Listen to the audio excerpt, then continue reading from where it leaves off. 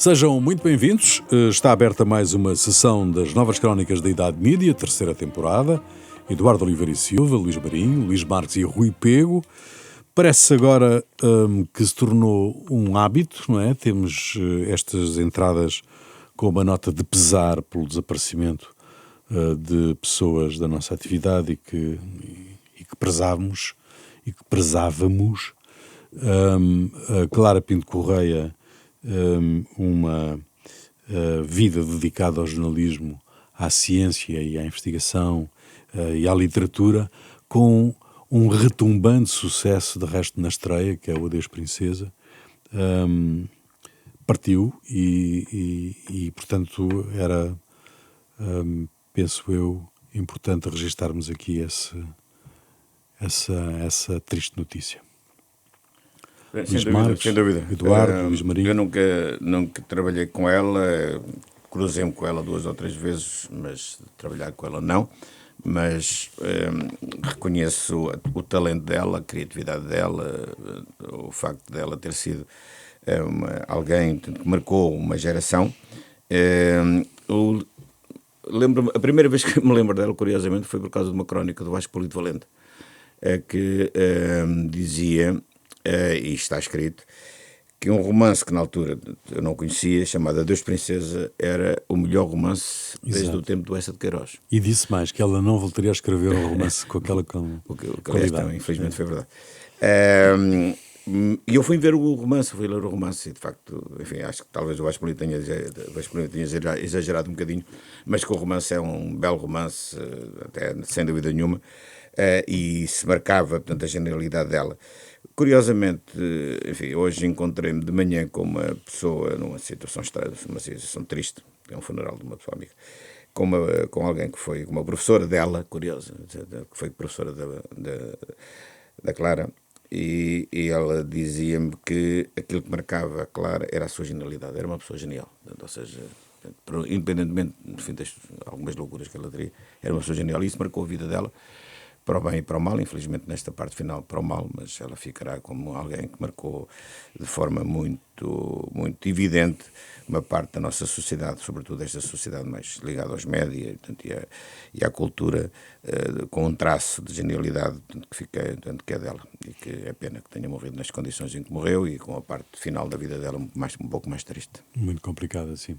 Uma pessoa criativa, luminosa, inteligente, e realmente nem tudo lhe correu bem, e como às vezes as pessoas estão nos píncaros e depois acontece-lhes uma situação menos boa e também são objeto de uma espécie de chacina, não é? E, portanto, aconteceu-lhe isso em parte. É verdade, suponho que isso, enfim, independentemente de poder ter culpas nisso, estamos a falar de situações relativamente a artigos e tal, que teriam sido objeto de plágio, mas não deixava de ser uma pessoa luminosa, inteligente e brilhante naquilo que espontaneamente ela dizia. Luís Marinho.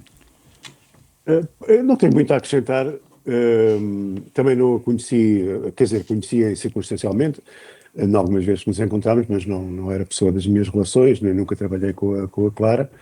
É engraçado que hoje apareceram obviamente vários textos que ela escreveu nos últimos tempos, e um deles era um texto interessantíssimo e que revela muito, de facto, da qualidade literária dela que é um texto em que ela fala do AVC que teve há relativamente pouco tempo. E faz um relato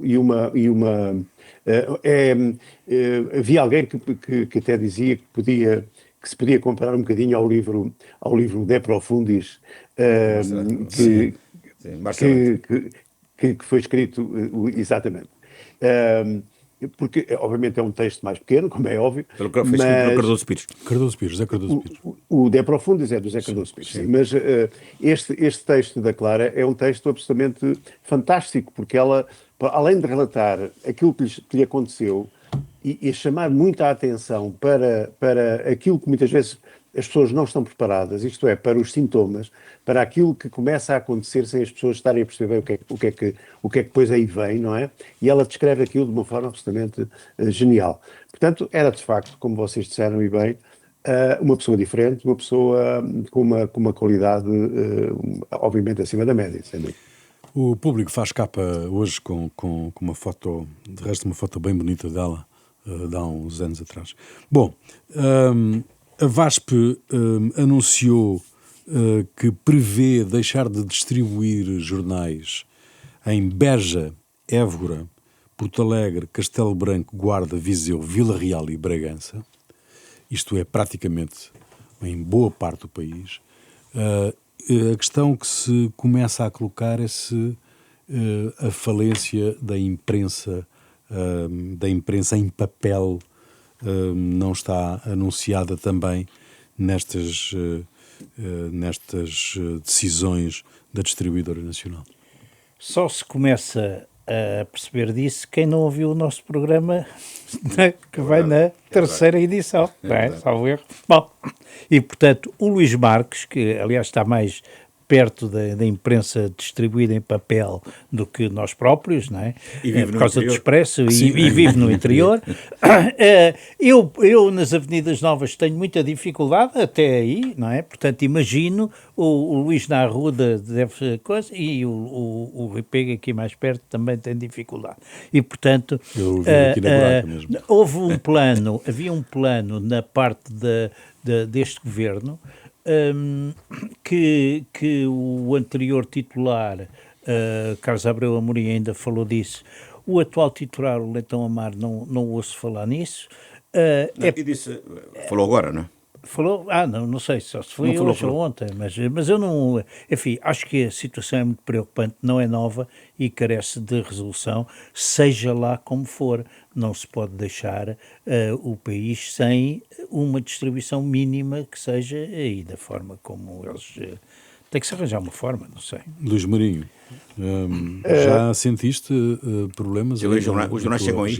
Os jornais chegam aí? Aqui chegam porque estamos relativamente perto de Lisboa, chegam, mas o que é ridículo é a quantidade que as lojas pedem, não é? Nós estamos a falar de tirando o Correio da Manhã, que pedem, sei lá, 10, 15, os outros jornais são 2, 3, e o Expresso, que também, quando sai, também tem aqui alguma venda e, portanto, mais...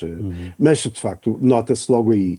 E eu já vos tinha falado disto quando fiz a Estrada Nacional 2 aqui há uns tempos, e é exatamente uma rota pelo interior do país, e, de facto, encontrar jornais já com a VASP, para encontrar jornais já era um sarilho, não é?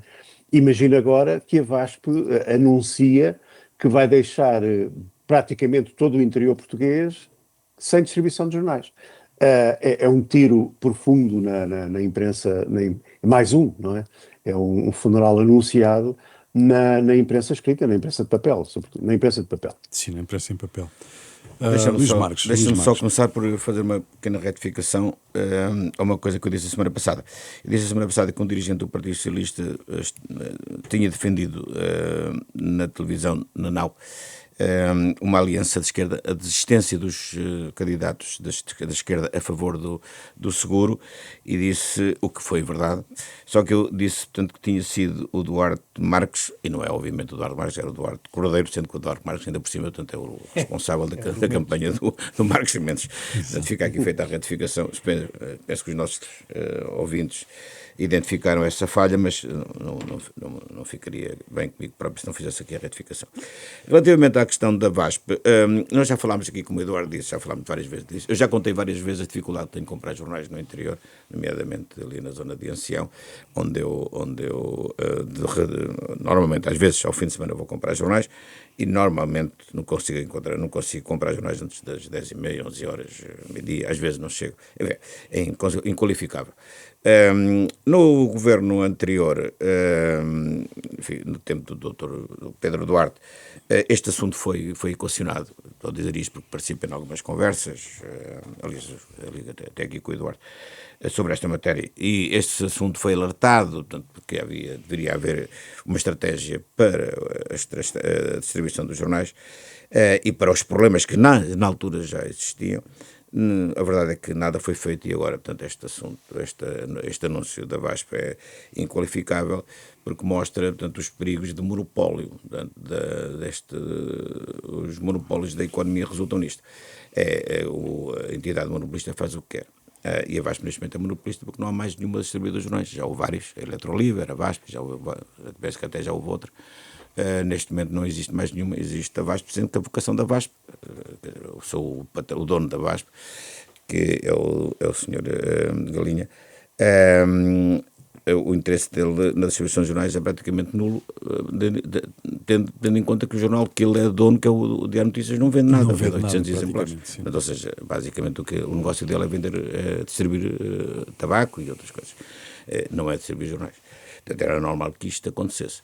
Como é que se vamos sair disto? Bom, aqui há duas vias. Uma é o ministro Leitão Amaro, que tem neste momento a tutela do setor, começou mal. Porque basicamente o que ele disse foi que isto era um problema dos privados. O Estado não tinha que interferir aqui. Ora, a distribuição dos jornais não é um problema só dos privados. Não é? Estamos a falar de um bem público, que é o jornalismo, a literacia, é a imprensa propriamente dita, que não pode ser colocada portanto, no plano específico de os privados se entendem relativamente a este assunto. Aliás, hoje mesmo, ontem, nós estamos a gravar quarta-feira, ontem, terça-feira, o Pedro Norte, o meu amigo Pedro Norte, escreveu um bom artigo no Público que eu recomendo sobre esta matéria. Na realidade, isto é algo portanto, para o qual o Estado tem que olhar. Felizmente, o Castro Almeida, o Ministro da Economia, corrigiu o tiro do Leitão Amaro e disse, tanto que era impensável, tanto que estas zonas que tu acabaste de referir, estas regiões do país, ficassem sem distribuição de jornais. E tem que haver uma solução para isto. Há várias possibilidades. Uma das possibilidades que foi há tempos colocada como possibilidade, até por um ministro, que agora não vou dizer o nome, não interessa por acaso, era que esta responsabilidade fosse cometida aos CDTs. Porque tem uma rede de distribuição e uma logística nacional, portanto, está em todo lado, e portanto, poderá fazer isto, quer do ponto de vista das assinaturas, quer do ponto de vista depois da colocação portanto, pode fazer sentido. Ou seja, não me parece mal que o Estado faça um contrato com uma empresa que tenha uma capacidade de distribuição a nível nacional, que subsidiando uma parte dos custos, eventualmente, com regras portanto, que sejam claras e transparentes para toda a gente. Eu não sou liberal no sentido, ao ponto de dizer que o Estado não deve intervir em áreas em que há portanto, déficits portanto, de serviços prestados ao cidadão. Acho que o Estado aí tem essa função complementar. E neste caso concreto, essa função deve existir. E espero que isto se resolva o mais rapidamente possível, porque é impensável, como diz o Castro Almeida e bem, e que portanto, uma parte do país fique sem distribuição dos jornais. E é bom dizer que não se trata só da imprensa, digamos, ou dos jornais e da imprensa mais clássica. Sim, são as revistas de people, de gente, claro. É um conjunto de automobilismo, desporto, sei lá o quê, que não vão, não é? Não estamos a falar só do Correio da Manhã. Não, exatamente. Porque há centenas e dezenas de revistas que interessam a praticantes de tudo e mais alguma coisa, não é? Até de crochê, não é? Portanto, podem vender pouco, podem vender 3 ou 4, mas essas 3 ou 4 pessoas que compram devem ser respeitadas. Sim, exatamente. Bom, o problema de respeitar os consumidores é que parece cada vez mais comprometido quando a Netflix avança para a compra da Warner Brothers e faz uma proposta de 71 mil milhões, não sei se de dólares, se de euros, dólares talvez. É sempre muito. E veio agora a Paramount também apresentar uma proposta mais generosa de 93 mil milhões. Portanto, nós estamos entregues definitivamente a estes rapazes das tecnológicas, não é? Sim, a compra da Warner Brothers, que é o que está aqui em causa, já arrasta-se algumas semanas, ou até até meses provavelmente, com uma proposta da Paramount, que entretanto foi comprada também, muito recentemente, e que tem entre os sócios diretos ou indiretos um filho do Donald Trump. Isto é importância por um facto que vamos depois ver a seguir. Entretanto, quando o negócio já estava bastante evoluído, que é um negócio, na realidade, de concentração entre dois grandes grupos, a Paramount, que é um clássico do cinema americano, e a Warner Brothers também, não é? São os dois grandes clássicos, portanto, do cinema americano.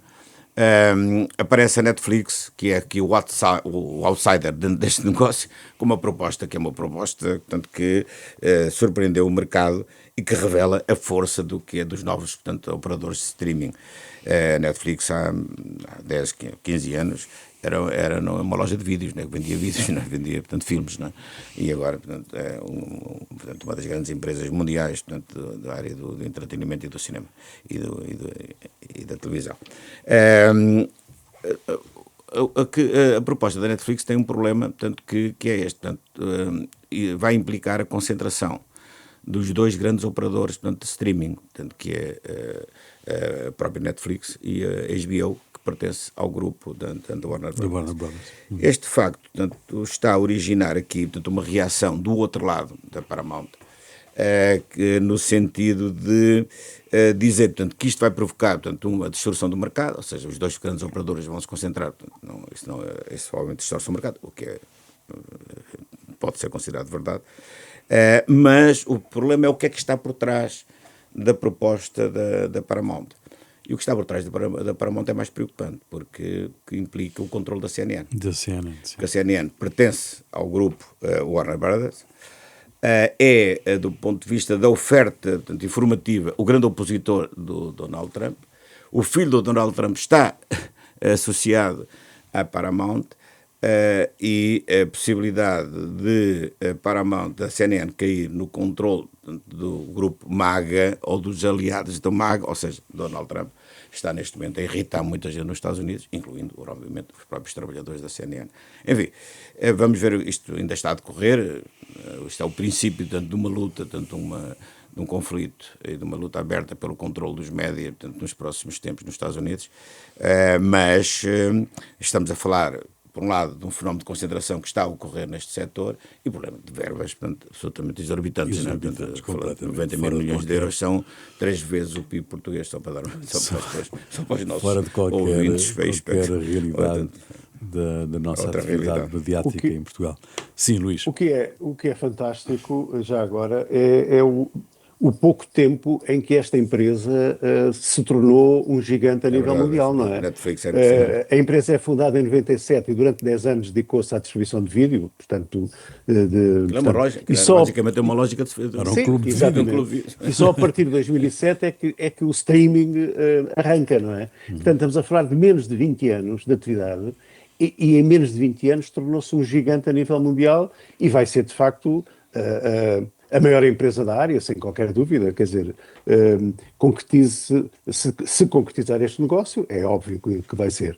E mesmo assim já é hoje uma potência mundial. É de facto incrível como os tempos são outros, não é? Luís, e mudou tudo, não é? Mudou a forma como vemos televisão, mudou o paradigma de produção, tudo mudou tudo. Mudou tudo. Sendo que o assinante da Netflix e da HBO, se isto se concretizar desta maneira, se o negócio cair para o lado da Netflix, o assinante da Netflix e da HBO paga ao mesmo, não é? Paga sempre ao mesmo. É sempre o mesmo a pagar e paga ao mesmo. Não é? O que é extraordinário, porque pode comprometer alguma diversidade, inclusivamente, de conteúdo, não é? A disputa principal aqui, no caso da Netflix, Não, no caso da Netflix, portanto, o que é que eles querem? Querem duas coisas. Querem os estúdios da Warner, tem em Hollywood para a produção, portanto, há um déficit neste momento de estúdios, e eles precisam de estúdios. A Warner Bros. Tem cerca de 40 e tal estúdios, portanto, em Los Angeles, e querem o acesso ao portfólio da Warner, porque a Warner, portanto, é uma das principais empresas produtoras de filmes historicamente, portanto, tem um arquivo que eles podem rentabilizar como mais ninguém.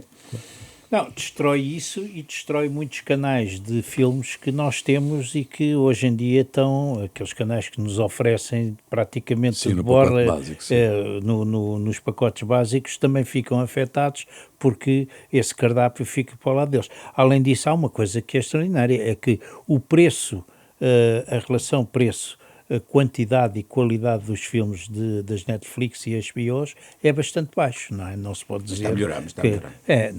Não são coisas caríssimas, não é? E, portanto... Já está a melhorar, Eduardo. Este tem feito filmes já com um investimento significativo. Não é isso que eu estou a dizer. Eu estou a dizer, para o cliente não é um custo muito elevado. Sim, claro. Quer dizer, por 9 euros uma família vê e partilha com outro lar ou 10 euros e, portanto, não se pode dizer que seja caro. Eu não quero entrar no preço da cave, mas... enfim. Bom, Nós estamos... Essa cave.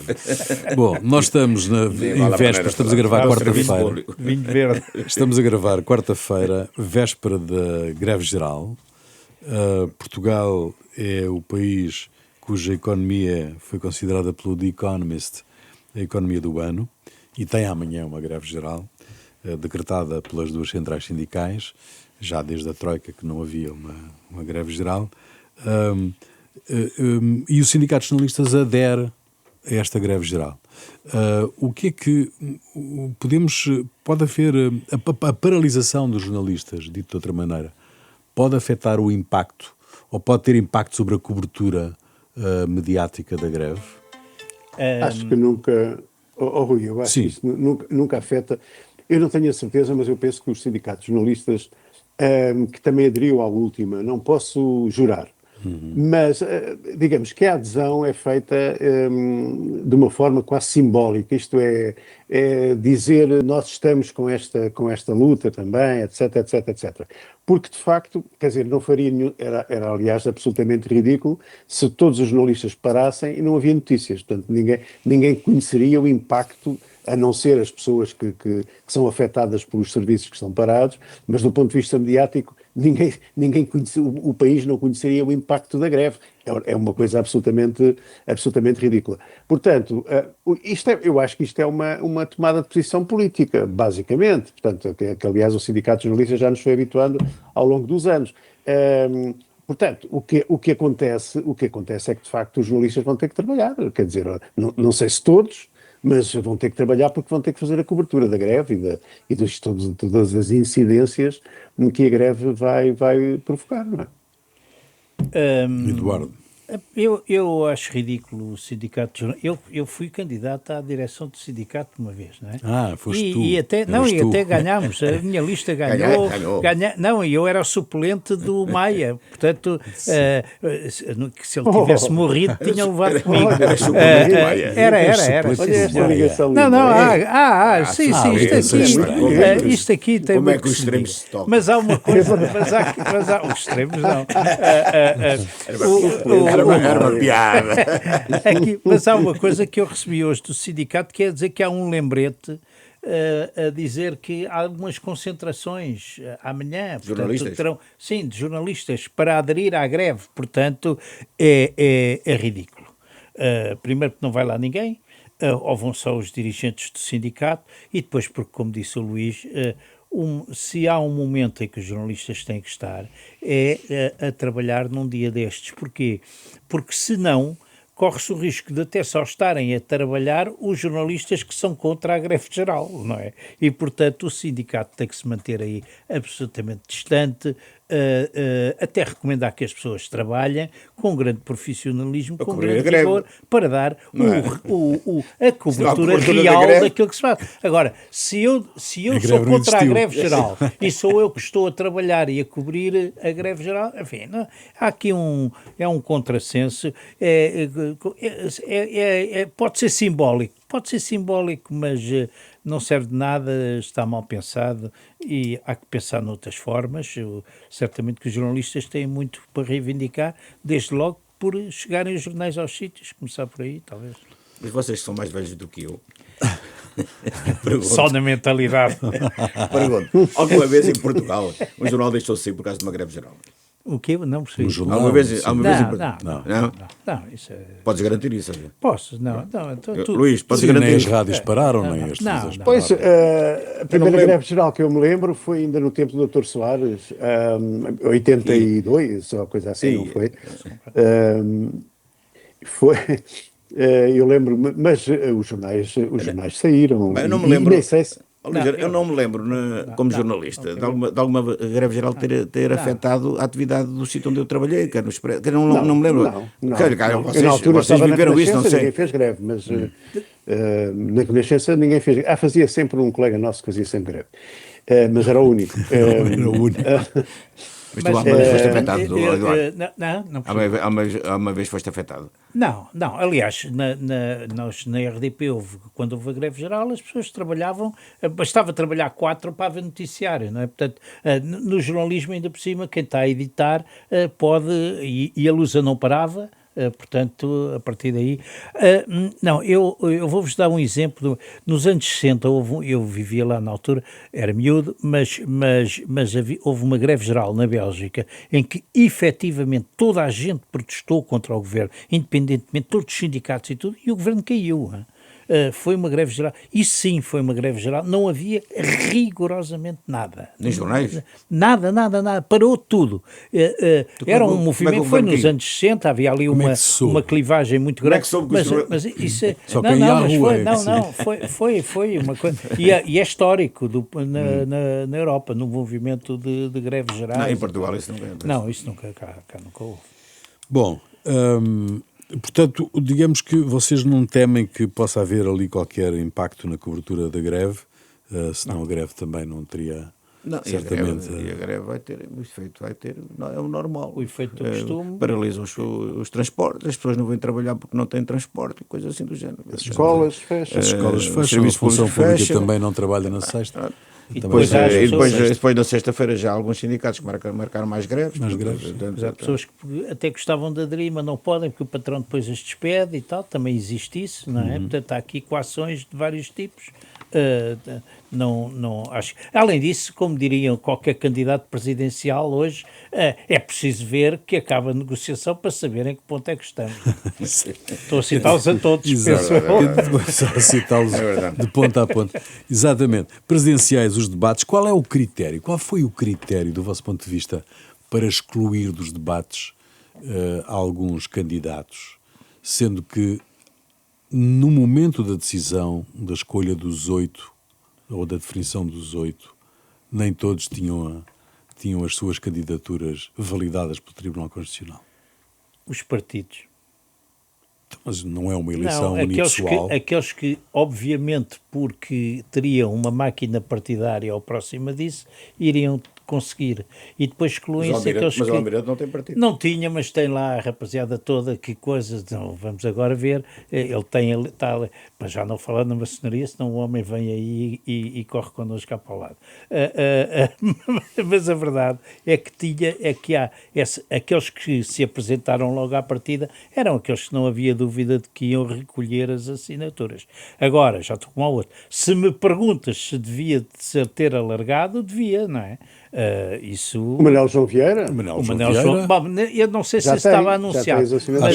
Mas na altura não estava. A Joana Amaral e o candidato do sindicato dos professores? Do sindicato foi dos primeiros a anunciar. Mas esse nunca mais se ouviu falar. Não apareceu agora. Reapareceu. Eu vi uma entrevista dele a semana passada a dizer que sim, senhor, que se mantém.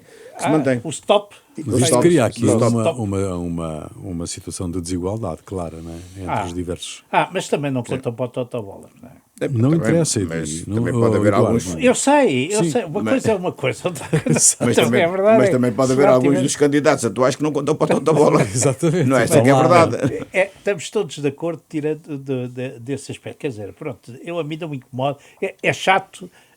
como dizia um amigo que eu tenho há muitos anos, é chato na medida em que é bastante aborrecido, mas não faz mal. A RTP vai resolver o problema porque anuncia já um debate com todos os candidatos validados.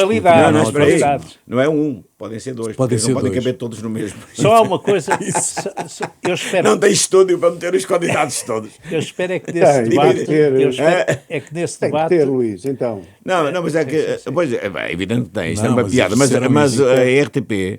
Eu li, tanto que está a pensar... Se fossem 12 era 6-6. Portanto, se forem 12 faz 6-6, mas depois como é que eles distribuem? É um bocado estranho, não é?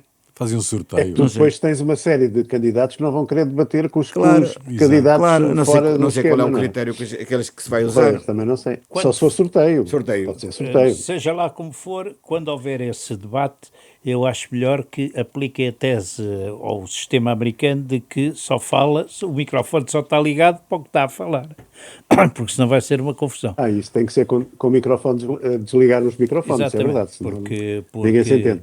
Porque senão o Ventura esmaga tudo, não é? Bom, os debates estão a seguir o seu curso, não é?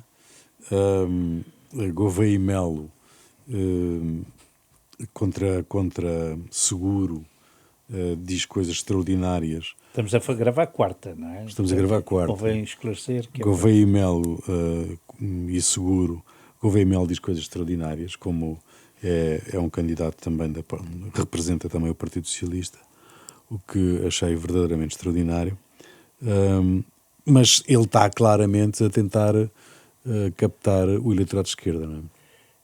Apareceram-lhe tantos à direita que ele teve que se encostar à esquerda, não é? Quer dizer, portanto, em teoria, ele até seria um candidato que ia apanhar o centro-direita e um certo descontentamento e tal.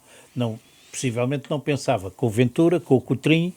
Claro que saberia que o Marcos Mendes ia entrar, mas ainda havia ali, colocando, digamos, esses dois elementos, mais a candidatura do Luís Marcos Mendes, naturalmente que ele tem que ir à procura de espaço, não é?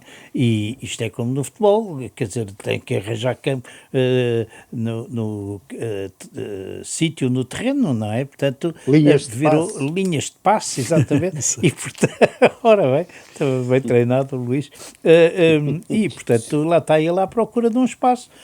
Foi só o PS, porque o PS está todo esfrangalhado mais uma vez numa eleição presidencial. Luís Marinho, o Dr. Coutrinho de Figueiredo foi claramente, digamos que, nivelado, não é? Como é que se chama? Como é que é aquilo? Terraplanado. Terraplanado pelo Dr. Marcos Mendes, não é? Com aquela... Não sei. Aquele início de debate, não?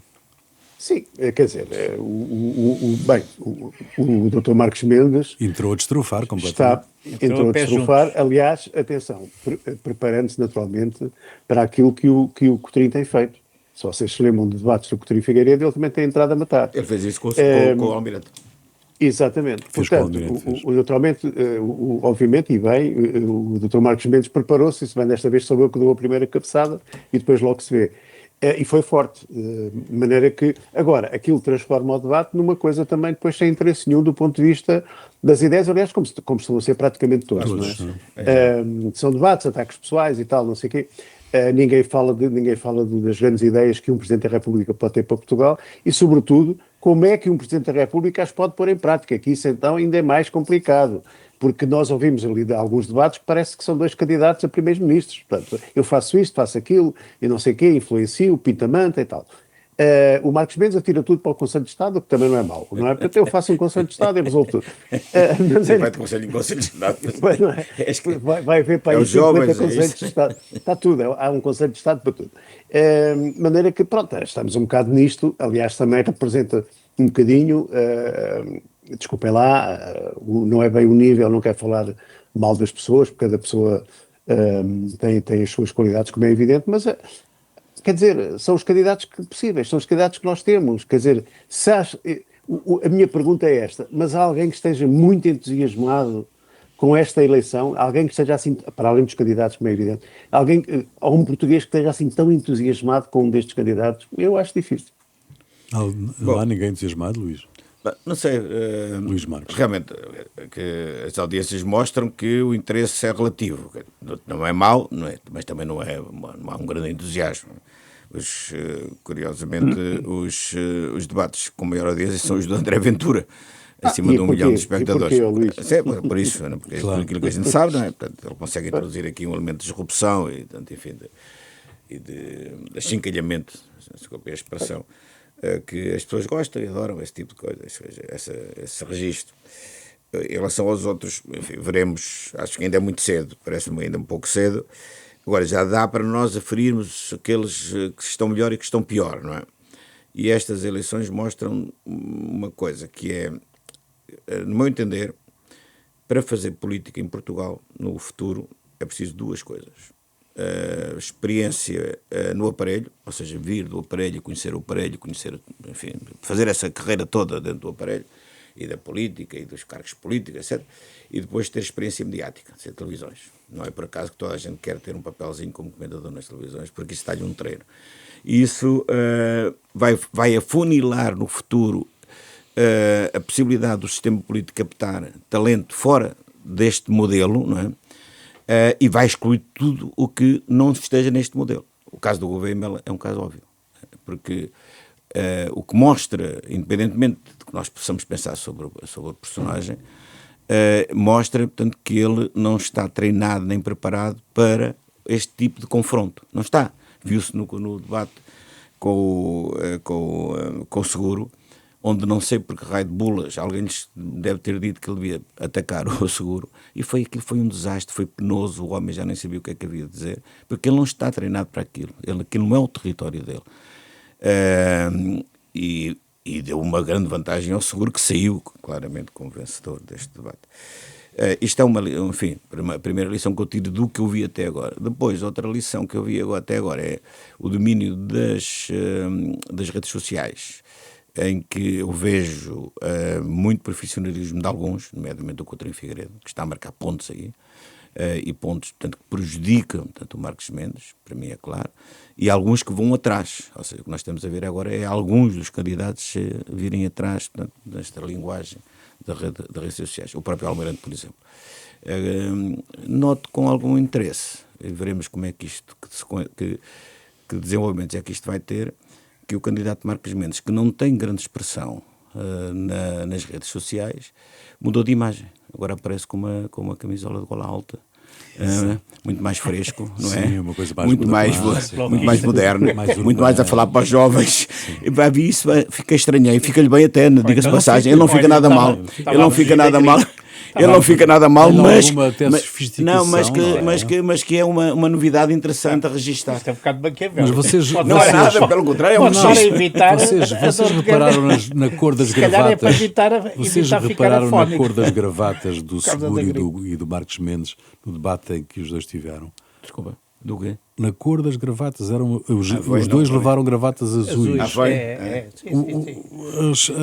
Toda a gente equipas de campanha e de comunicação não negociam também a cor das gravatas. Deviam negociar, não é? Não, isso aí esmagou.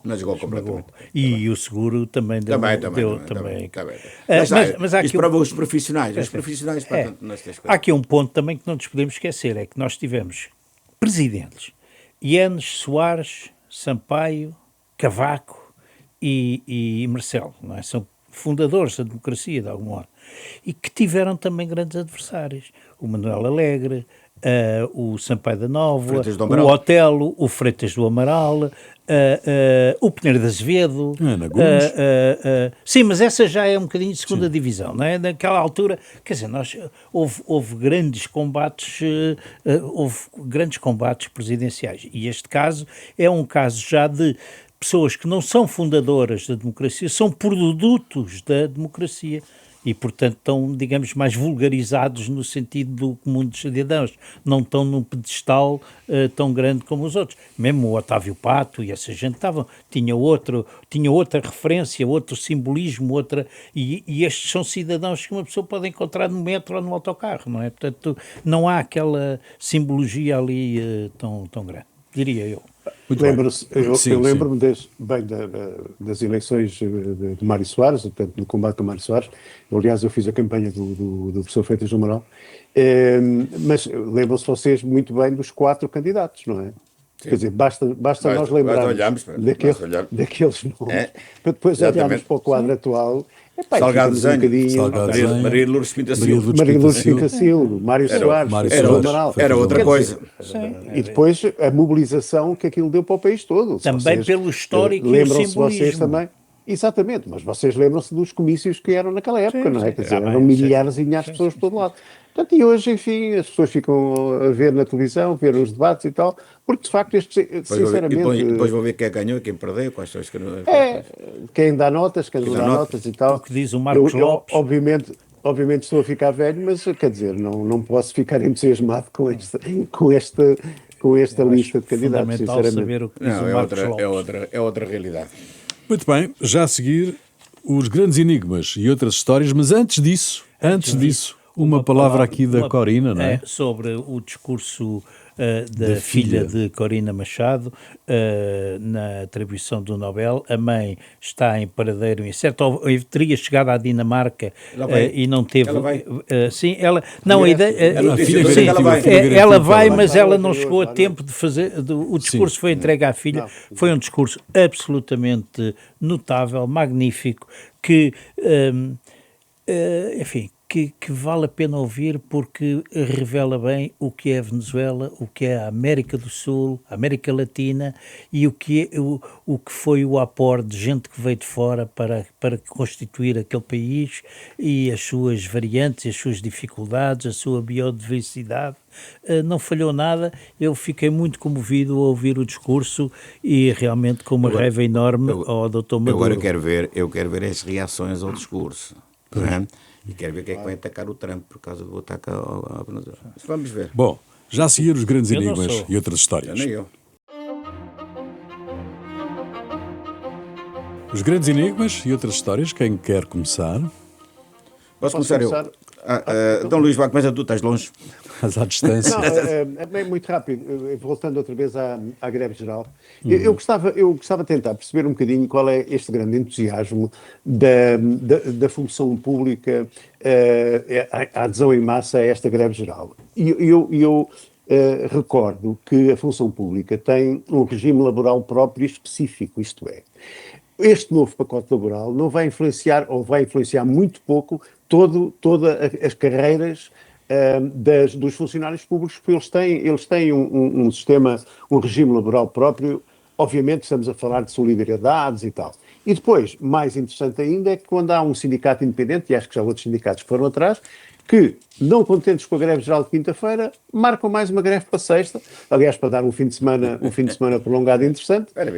E eu gostava de perceber, de facto, este grande entusiasmo à volta disto.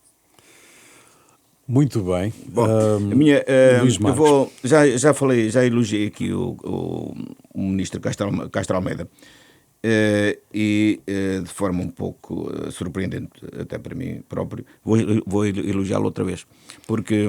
2 vezes o mesmo programa começa a ser um bocado, portanto, suspeito, não é? Suspeito. Ele vale. Neste caso vale. Eu avalo. Porque saiu esta classificação do Economist sobre as economias, portanto, que está lá num ranking deles. Portugal ficou em primeiro lugar, enfim, uma comoção nacional sobre esta matéria, como um elogio ao desempenho dos políticos, como é sempre os políticos é que fizeram isto, quando na realidade não são, mas enfim, independentemente disso, há uma coisa que é verdade, a única, daquilo que eu ouvi, o único que teve algum bom senso na esfera política do governamental foi o Castro Almeida, que disse uma verdade: não ficamos mais ricos com isto. O que é realidade, o que é rigoroso, por uma razão muito simples. Os critérios usados pelo Economist são critérios que têm a ver com a inflação, com o emprego, a inflação que neste momento é baixa, o emprego que não existe, e com o mercado acionista que evoluiu um bocadinho mais. Não tem em conta outros critérios, nomeadamente a distribuição da riqueza, a pobreza, etc. Coisas que, portanto, as pessoas lidam no dia a dia. Como na realidade as pessoas não se alimentam de indicadores macroeconómicos como este que acabei de referir, as palavras do Castro Almeida fazem todo o sentido. Não ficamos melhores. Quer dizer, é bom para o país, mas não ficamos melhor por isso. Muito bem. O meu enigma é muito simples. O Farioli é um treinador italiano do Futebol Clube do Porto, ok? Trabalhou em França e, portanto, falará francês, admito eu. Em Portugal, ele expressa-se em inglês, não é? Não sei se o homem está a fazer um estágio para a Inglaterra, mas saberá ele que no Porto se chama Cimbalino a um café por causa da origem da máquina, que a máquina se chama Cimbali, exatamente, que é italiana, por isso é que se chama Cimbalino. Será que o senhor Farioli sabe, já lhe contaram esta história, de modo a que ele tente pelo menos que fala italiano já agora, que fala italiano? O meu enigma enfim, é um bocadinho estranho e talvez longo, mas é assim, qualquer coisa se passa no planeamento do Norte e concretamente do Porto. Há a notícia de que o terminal de autocarros que foi feito e inaugurado em 2022 e que era suposto servir não sei quantos milhões de utentes, já não serve. Portanto, é preciso construir outro ou ampliar e, portanto, uma coisa que custou 13 milhões, foi inaugurada em 22, já tem que ser refeito, alargado, porque já não chega para... Portanto, houve ali uma metria qualquer que correu mal. Depois, o TGV, o Troço do Norte, a empresa que ganhou, o consórcio que ganhou, também já não quer fazer aquilo que está previsto no concurso que ganhou. E também não quer fazer umas pontes, e não se sabe se é uma ou duas pontes, uma confusão. E depois, falamos para a semana. E depois há o Metrobus, que também não dá a volta ali, e portanto há aqui uma confusão nortenha que eu estranho, porque normalmente é sempre no Sul que as coisas correm mal, e os primeiros ministros têm sido normalmente de cima da linha do Tejo. E portanto, talvez voltar um primeiro-ministro debaixo do Tejo, eu lembro o professor Cavaco, com ele não houve estas coisas. O Eduardo é um sulista, um elitista. Como é que era? Sulista, elitista, não sei o quê, exatamente. Bom, termina aqui mais uma sessão das Novas Crónicas da Idade Mídia, um programa de Eduardo Oliveira e Silva, Luís Marinho, Luís Marques e Rui Pego, produção de Marina Duarte, desenho sonoro de António Fialho, cuidado técnico de Beatriz Garcia, imagem de Ricardo Fortunato. Novas Crónicas da Idade Mídia, domingo ao meio-dia, sempre que quiser, ao alcance de um clique. Até para a semana.